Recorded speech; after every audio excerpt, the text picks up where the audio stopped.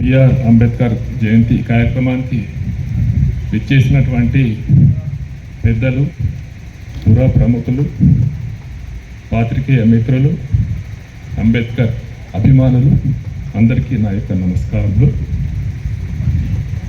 మరి అంబేద్కర్ గారు మన దేశానికి స్వాతంత్రం తీసుకురావడంలో కానీ స్వాతంత్రం వచ్చిన తర్వాత స్వతంత్ర భారతానికి అతి దృఢమైన, అతి సుదీర్ఘమైన, అతి గొప్ప రాజ్యాంగాన్ని అందించడంలో చాలా గొప్పగా కృషి చేశారు.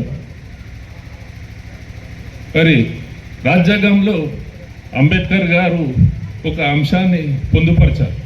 దేశం లౌకిక రాజ్యంగా ఉండాలి అనేది అతి ముఖ్యమైనది.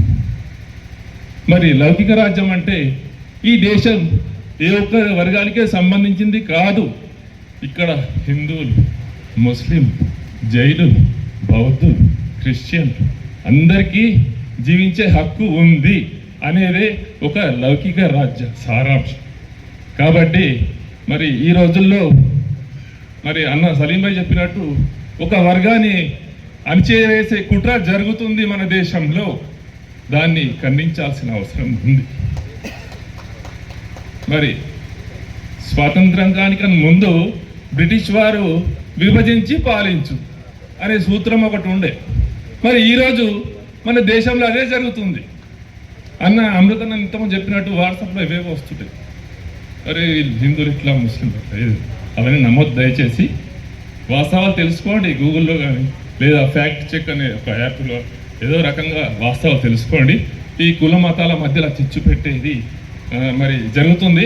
దాన్ని అందరూ ముక్త కంఠంతో ఖండించాలి. మరి అంబేద్కర్ జయంతి కార్యక్రమాన్ని మన ఆదర్శ యువజన సంఘం అధ్యక్షులు ఎర్రోల్ల శేషు మరియు సంఘం సభ్యులు అందరి ఆధ్వర్యంలో చాలా గొప్పగా జరిపిస్తున్నారు. వారికి ధన్యవాదాలు తెలియజేస్తూ నాకు ఈ అవకాశం ఇచ్చినందుకు ధన్యవాదాలు తెలియజేస్తాను. Thank you. జై భీమ్, జై భీమ్.